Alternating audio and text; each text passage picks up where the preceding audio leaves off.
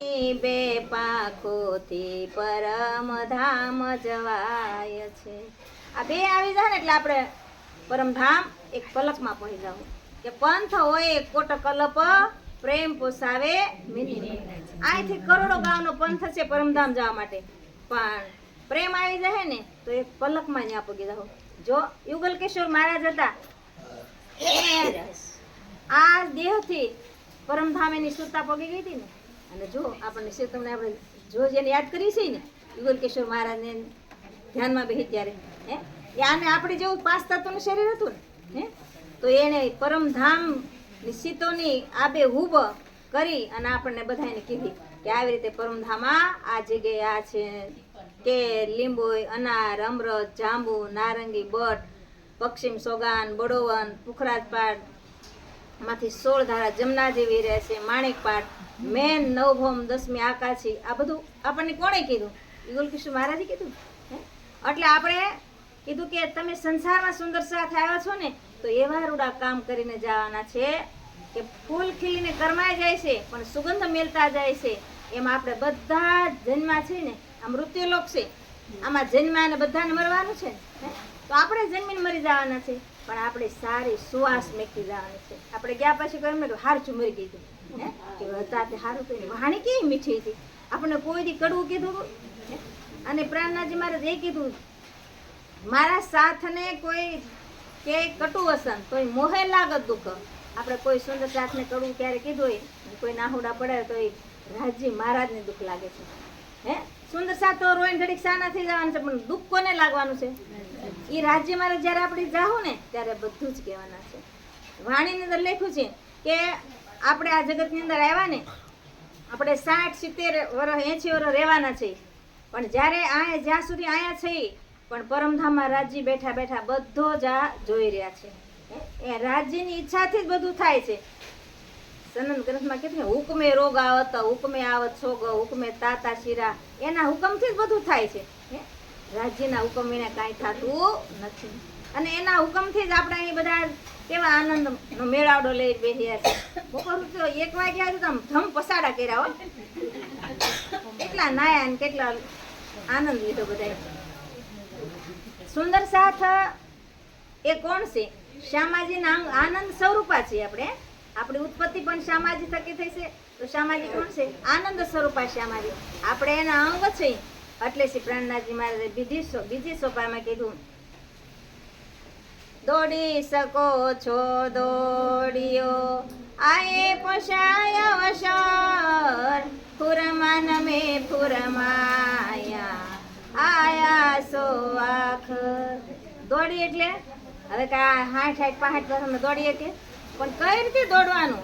કે આપણે ધર્મના કાર્યની અંદર વાણીના મંથનની અંદર ધ્યાનની અંદર જેટલે આપણે સમય કાઢીએ ને એ દોડી શકો છો દોડીએ કીધું કે દોડી શકો છો દોડ્યો આયે પોષા અવસર. અવસર એટલે જો વિષ્ણુ સંપ્રદાય વાળા હોય સ્વામિનારાયણ હરિભક્તો હોય કોઈને આ વસ્તુ મળી છે? આપણે કેટલા ભાગ્યશાળી. એમ કહે છે કે હિમાલય જેવડા પુણ્યના ઢગલા થયા હોય ને ત્યારે આપણે પ્રણામી ધર્મની અંદર આપણને દાખલ થવા મળે છે. વિચાર કરો, આપણા આગલા કંઈક પુણ્ય હોય તે આપણે પ્રણામી ધર્મમાં આવ્યા. અને પ્રણામી ધર્મ ક્યાંના? કે પરે ધામે બિરાજીતમ. પરે ધામથી આપણે આવ્યા છે અને જ્યાં પરમધામમાં જવા માટે મારે ને તમારે મહેનત કરવી પડશે. એક સામાન્ય વાત કે આપણે જમવું છે, એક આ જઠરાગ્નિને શાંત કરવી છે તો ટાણે સિઝન આવી આપણે બધા ઘઉં ભરી દે પછી ચિંતા નહીં, ઘઉં ભર્યા પછી ચિંતા નહીં રે એટલે દળાવવા પડશે પછી રોટલી બનાવીને હામી મેં કીધું ચિંતા ને જઠરાગ્નિ શાંત થાય. એક જઠરાગ્નિ શાંત કરવા માટે મારે ને તમારે કેટલી મહેનત કરવી છે વિચાર કરો. 5 તત્વના શરીરની જઠરાગ્નિ શાંત કરવા માટે આપણે કેટલી મહેનત કરવી છે.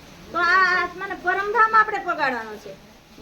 એટલે શ્રી પ્રાણનાથજી મહારાજે કીધું કે દોડી શકો છો દોડ્યો આયે પોષા અવસર ફુરમાન મે ફુરમાયા આયા સ્વાખર. મારા સંદેશામાં તમને કહું છું સુંદર સાજી તમે વાણીની અંદર ડૂબકી મારો. આપણે તો આજ બહુ બેફામાં ડૂબકી મારો. અમે તો ડોસું ઘડી ઘડીક નાઈ પણ તમે તો 1:30 વાગે ફોન કરીને બોલાવવા પડ્યું મારી દીકરીને હવે આવો. હા ડોસું ભૂખ્યું છું. વિચાર તો કરો. એટલે એટલે શ્રી પ્રાણનાથજી મહારાજ કે આયા અવસર, અવસર એટલે આપણને આવો મોંઘું માનવનો દેહ મળ્યો છે, ફરી ફરી મળવાનો નથી. કે 84નો ફેરો ફરતા મળો મનુષ્ય અવતાર, જેણે ભજ્યા નહીં શ્રીરાજ. પેલા આ બધા કીર્તન આવતા, 84 લાખ યોનીમાં આપણે બધા ફરી ફરીને આવ્યા છીએ. છેલ્લે મને તમને મનુષ્ય દેહ મળ્યો. મનુષ્ય દુનિયામાં કેટલા મળ્યા છે? આ એક મહિનો કેવો બધાએ રેતીની ઢગલી કરીને ગોર પૂંજીને, કોઈ ગારાની ગોર પૂંજી. વિચાર કરો, અમારે ત્યાં સિદ્ધેશ્વર મંદિર છે, આપણે નીકળતા હોય ને તો પીપળાનું ઓલો 3 પાનના શું કહે એને, બીલીપત્ર, એને પાણી રેડે ને એને પૈકી ઘરે મેં કીધું જોતો આ માણસ છે, આને કાંઈ છે ખબર? આપણને કેટલી રાજ્ય મહારાજે બુદ્ધિ આપી. એ બુદ્ધિ આપણામાં ક્યારે આવી? કે સદગુરુ મહારાજ જામનગરમાં આવ્યા ને તારતમ મંત્ર આપ્યો ને શ્રી કૃષ્ણ પરમાત્માએ, ત્યારે એ તે દિન ત્રિલોક મેં હુતી બુચ્છું પણ સો બુદ્ધજી બુદ્ધ જાગ્રત લે પ્રગટે પુરી નવતન. નવતનપુરીમાં પ્રગટ્યા. મતુ મહેતાના ઘરે કુંવરબાઈની કુખે જન્માતા ખરા, પણ જ્યારે મંત્ર દીક્ષા મળી ને ત્યારે પ્રગટ થયા કહેવાય. એટલે કીધું ત્યાં સુધી બધાની સપનાની બુદ્ધિ હતી, અને ત્યારે તારતમ મંત્ર આવ્યો ને પછી આપણામાં જાગ્રત બુદ્ધિ આવી. તો આવી બુદ્ધિ પ્રણામી સંપ્રદાય છે કોઈ પાસે કે પરમધામ જવાની કોઈની મતિ ઉજે છે? અમે બીજા સંપ્રદાયમાં ગયા હતા હીરાબાગ સત્સંગ કરવા. આમ બધા બેઠા હતા, લગભગ બહુ પૈસાવાળા, અને 150-200 જેટલા બેઠા હતા. એટલે અમે પૂછ્યું તમે કયો ધર્મ પાડો? અમે તો શંકરને માનીને વિષ્ણુને, કાંઈ વાંધો નહીં. પછી અમે સત્સંગ કર્યો. પછી એમ કીધું તો આ શરીર છૂટા પછી તમારા જીવને ક્યાં જવાનું? એ કે પછી તો શમશાન જ છોકરા લઈ જવાના છે ને, કાંઈ છે ને ખબર? મેં કીધું સામાન્ય ભજનમાં પણ આવે છે. હું આ વાત મૂકું કે કાયા પડશે ને હંસલો ક્યાં જઈને રહેશે, એ ઘર બતાવી અમને દેજો રે, આટલો સંદેશો મારા સતગુરુને કે મારા શરીરમાંથી પ્રાણ નીકળી જાય પછી આપણે ક્યાં ઘેર જવાનું છે? પરમધામ જવાનું છે. તો ખાલી કે ખાલી અર્ધ શબ્દે તારો અર્થ શું? તો ખાલી રાહ આવી જાય ને તો આપણને રાજ્ય મહારાજ આવીને લઈ જવાના છે. પણ આ બધી મથામણ આપણે કરવાની છે કે રાજ શ્યામાજી, શ્યામ શ્યામાજી સુંદર દેખો કરકે ઉલ્લાસ. એ દેવી પરમધામમાં આપણી સુરતાને પોગાડવા માટે આપણે આ બધું કરી રહ્યા છીએ. શું કામ વારે વારે ધ્યાનમાં બેહી છે? એક દિવસ ધ્યાનમાં બેહી તે ન હાલે? વારે વારે ધ્યાન નું કામ બેવું પડે છે? એમ વારે વારે આપણે વાણી પણ વાંચવી પડશે, વારે વારે વાણીમાં આપણે મનને લગાવવું પડશે, વારે વારે આપણે ધ્યાનમાં ડૂબકી લગાડવી પડશે, આપણા ઘરને આપણે યાદ કરવું પડશે. એટલે શ્રી પ્રાણનાથજી મહારાજે કીધું કે વર્ણન કરતે જીनको ધની કે તે સોઈ ધામ, સેવા સુરત સંભાર્યો કરના એહી કામ. કે સુંદર સાજી ધામનું વર્ણન કરો. હું કીધું વર્ણન કરતે જીनको ધની કે તે સોઈ ધામ. આપણું ધામ કેવું છે એને આપણે વારે વારે યાદ કરવાનું છે. વારે વારે યાદ કરતા કરતા એક દિવસ આપણી સુરતાને સામે રોજ આપણે ધ્યાન ધરશું ને, એક દિવસ યુગલ સ્વરૂપ રાજને શ્યામાજીનું સ્વરૂપ આપણે સામે એક દિવસ ખડું થઈ જવાનું છે. રાજને શ્યામાજી આબેહૂબ આપણે દિવ્ય પરમધામમાં મૂળ મિલાવામાં આપણી સુરતા એક દિવસ પોગી જાહે, અને રાજને શ્યામાજીની સાથે આપણે વાર્તાલાપ પણ કરીશું. પણ રોજ ચેતવણી કરશું ને ભાવ, પ્રેમ, સ્નેહથી, હૃદયથી.